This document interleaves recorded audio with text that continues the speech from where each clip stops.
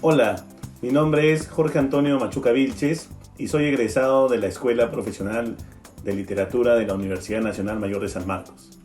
Soy autor además de 3 libros que publiqué con la editorial Crecer: Píloro y la Revolución de las Aves, Marcianos en el Jirón de la Unión y también de Relatos Financieros.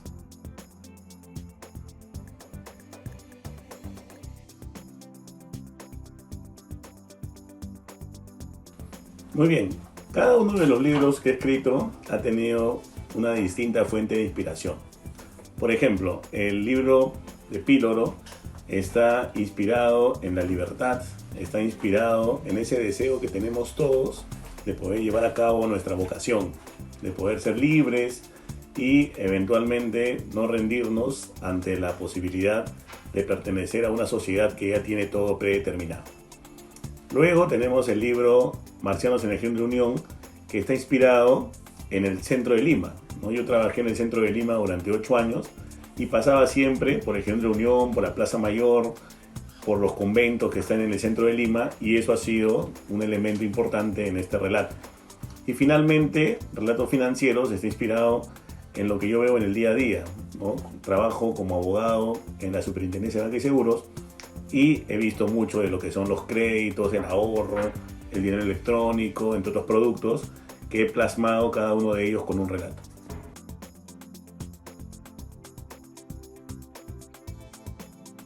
Muy bien, el referente principal creo que ha sido César Vallejo, especialmente con el texto Paco Yunque. Recuerdo que cuando leí Paco Yunque me sucedió algo muy particular.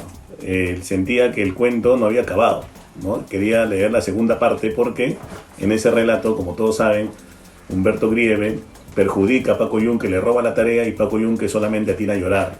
Y entonces me preguntaba, bueno, ¿y en qué momento Paco Yunque va a ir y le va a devolver pues el castigo a Humberto Grieve? Y lo que ocurre es que Vallejo lo deja adrede allí con una estrategia: hacer que nosotros sintamos esa impotencia que tiene Paco Yunque y en la práctica cambiemos la realidad. Recuerdo que ese cuento me marcó y luego he leído, por ejemplo, autores nacionales a Vargas Llosa, a Julio Ramón Ribeiro, que me han gustado mucho, e internacionales a Víctor Hugo, me encantó mucho Los Miserables, y otros elementos que yo uso también como referencia son los cómics. Me gusta mucho leer cómics, ¿no? Y entiendo que esos aspectos gráficos que trabajan los cómics los tengo muy presentes cuando imagino una historia.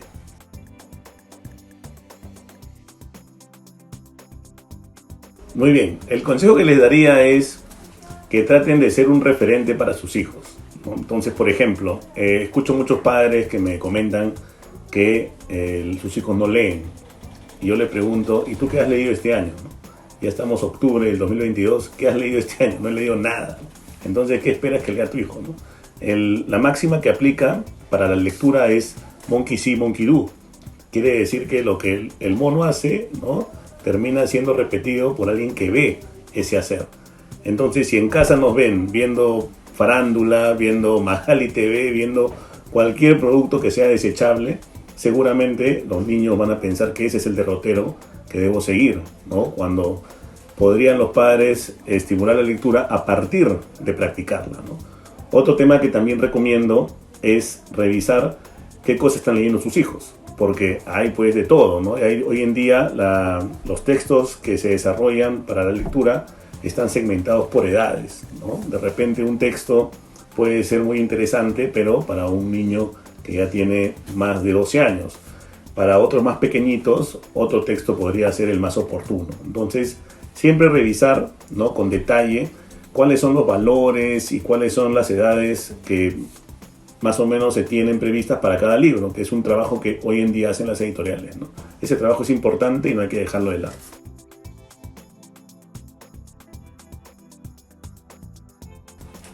Yo creo que sí. Yo creo que el tema de la lectura hoy en día compite con elementos muy visuales para poder manejar la información. Entonces, si pones a una persona a elegir entre un video de YouTube, entre una película de Netflix y entre un libro que tratan de lo mismo, probablemente, ¿no?, vale elegir el video de YouTube o la película. Sin embargo, el desarrollo de las habilidades del lector son fundamentales durante toda su vida y el desarrollo se produce especialmente cuando imagina más. Si uno ve una película en Netflix, la película te da todo servido. ¿Qué te toca pensar a ti? Nada. En cambio, cuando tú lees un libro no te dan nada, no te dan nada, digamos, gráfico. Bueno, en el caso de Crecer sí tiene imágenes, pero tienes mucho texto que vas a tener que tú mismo recrear en tu mente. Entonces eso desarrolla tu creatividad, cosa que no logras cuando ves un video de YouTube o una película. Eventualmente podrías, a partir de ver la película y el video, explorar otros finales alternativos, de repente imaginarte cómo podría haber sido narrada de otra manera la historia. Pero para poder hacer eso tienes que tener una formación en lectura. Las personas que están detrás de las películas, del contenido de YouTube, usualmente leen mucho. Entonces, una película tiene un origen, que es un guión, que es un relato que luego se lleva al formato de película. Y entonces siempre va a ser importante poder llegar al origen de las cosas y no solamente a sus derivados.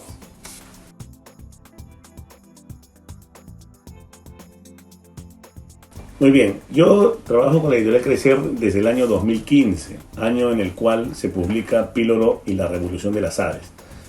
Este libro fue propuesto a Alejandro Castro, que es el gerente general de Crecer, y él lo revisó, le gustó el texto y eligió poder editarlo. Yo recuerdo, por ejemplo, que cuando tenía esta idea de Píloro y la Revolución de las Aves, era una idea que había podido trabajar directamente yo, digamos, con mi forma de dibujar.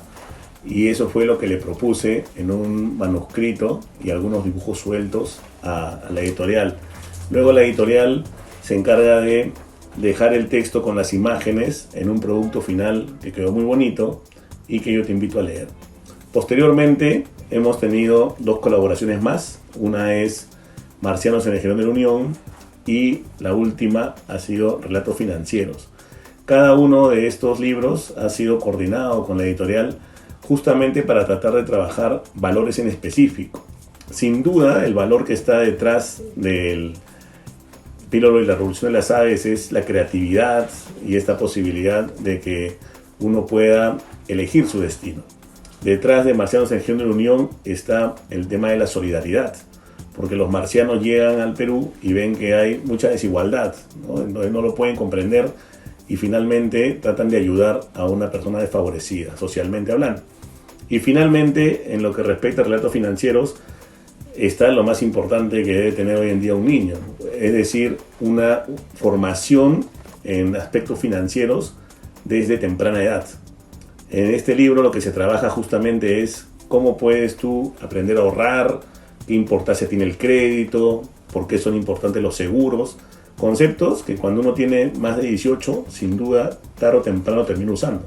Entonces creemos que es un libro importante para la sociedad.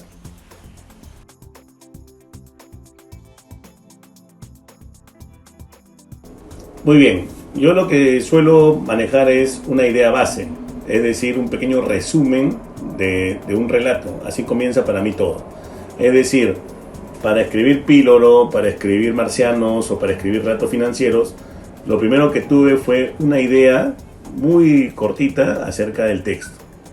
A partir de ello, lo que voy haciendo es desarrollando esa idea, dándole forma, extendiéndola, diversificándola, ¿no? Dándole la posibilidad de tener matices, más personajes y eventualmente algunos momentos también que sean divertidos de leer.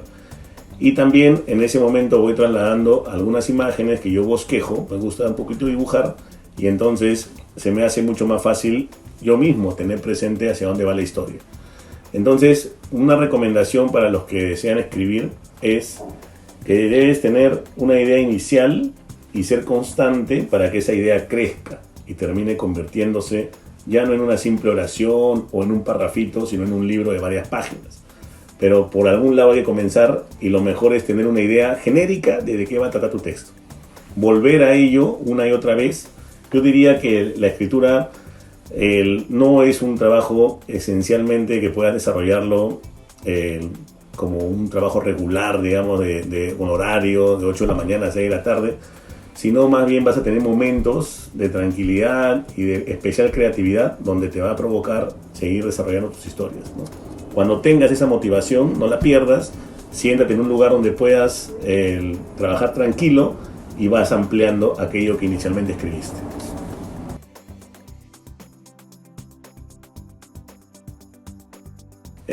Recuerdo dos libros importantes en mi formación lectora. El primero fue Fábulas de Esopo, que en esa época estaba en todos lados, ¿no? Años 80.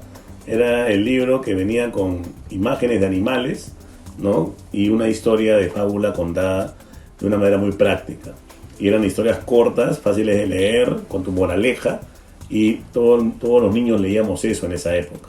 Entonces, mi lectura ya, que yo elijo directamente de manera independiente, fue El Mundo Perdido de Sir Arthur Conan Doyle, que es el autor de Sherlock Holmes, pero que también tiene otros textos muy interesantes como ese, donde lo que me llamó la atención, como muchos niños, fue que en la portada salió un dinosaurio.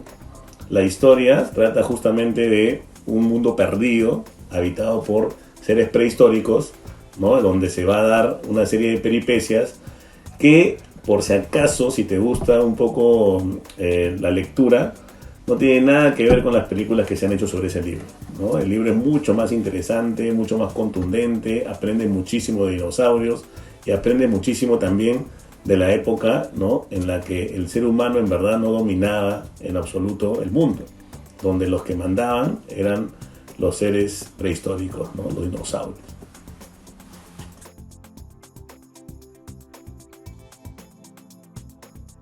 El personaje que me gustó a mí mucho, ¿no?, y me hubiera encantado crearlo, es el personaje de Spider-Man, ¿no? La historia de Spider-Man marca un cambio, ¿no?, paradigmático en lo que son los cómics, que hasta antes de Spider-Man tenían la idea de los superhéroes como personajes infalibles, que tenían la vida resuelta, que eran hiperpoderosos, que eventualmente lo que era simplemente enfrentarse a enemigos para ver quién era más fuerte y punto, ¿no? No había una profundidad del personaje. Con Spider-Man, que es el personaje que se llama Peter Parker, se desarrolla esa profundidad y se construye a un personaje muy humano, con dificultades, porque ha perdido pues a su tío Ben, ¿no?, y sabe lo que es la muerte y el dolor de ello. Tiene una tía anciana que no quiere que pueda eventualmente sufrir a consecuencia de su carrera de superhéroe.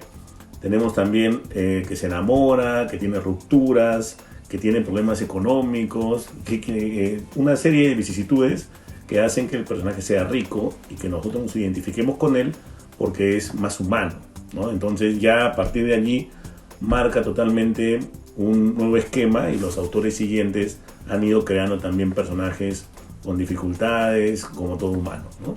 Entonces ese personaje me parece genial. Pero ya solamente pensando en literatura, un personaje que me parece muy rico y también emblemático es el personaje de Jean Valjean, de la novela Los Miserables de Víctor Hugo. Cuando Víctor Hugo crea a Jean Valjean, crea un personaje que cree demasiado en la justicia, ¿no? Y este personaje roba un pan y le dan de pena 1 año.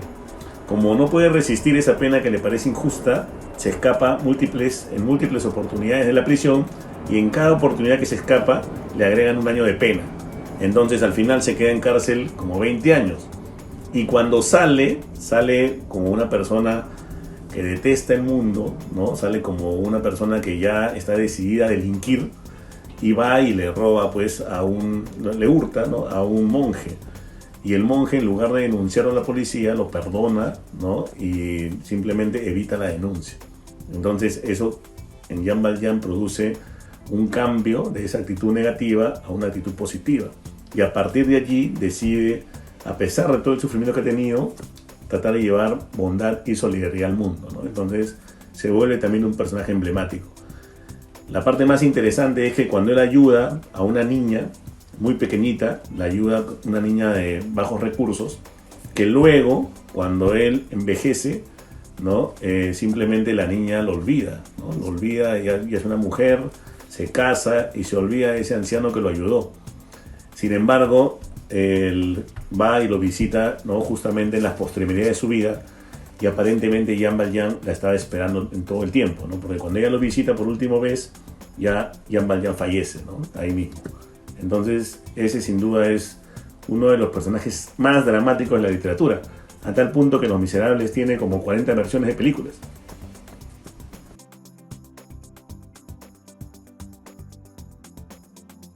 El consejo que yo les daría es que exhiban lo que hacen.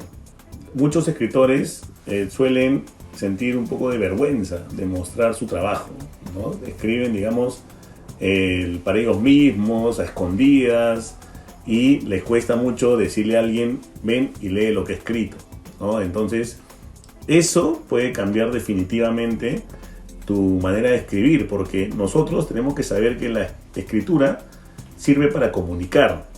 Entonces, si tú escribes para ti mismo, ¿no? En realidad no sabes si estás comunicando apropiadamente. Si tú logras que alguien lea tu texto y te diga, me parece bonito, puede mejorar esto, cámbiale esto, no me gustó, etc., lo que estás logrando es justamente una retroalimentación y estás en mejor oportunidad de poder corregir algunos errores que tengas, ¿no? Entonces, el texto, cuando es revisado por más personas, tiende a mejorar. Entonces, tenemos que ser también muy autocríticos. Si nosotros creemos que nuestro texto es perfecto y que cuando alguien lo critica, él está en error, entonces nunca vamos a poder crecer. Y lo último, siempre mantén tu creatividad como una de tus características personales. Si tú escribes, ya estás creando. Cuando alguien te pregunta qué te caracteriza, no deberías evitar decir que eres creativo, y eso va a ir moldeando tu personalidad. Si a ti te preguntan, escríbete, y tú en la descripción señalas, soy alegre, bromista, etc., y creativo, si tú te la crees, entonces vas a poder hacer más creaciones en el futuro, porque estás convencido y empoderado de que tienes esa facultad, esa facilidad, esa habilidad. Muy bien, no quería culminar esta entrevista sin antes agradecer a la editorial Crecer, ¿no? A su gerente Alejandro Castro, a Cintia Castro, a los representantes también de Marketing Hype que han llevado a cabo esta entrevista, e invitarlos además a que le den una mirada a los libros de los que hemos hablado el día de hoy, que tengo aquí adelante y que te recomiendo leer para que puedas darme más adelante tus opiniones. Cuídate y hasta otra oportunidad. Permiso.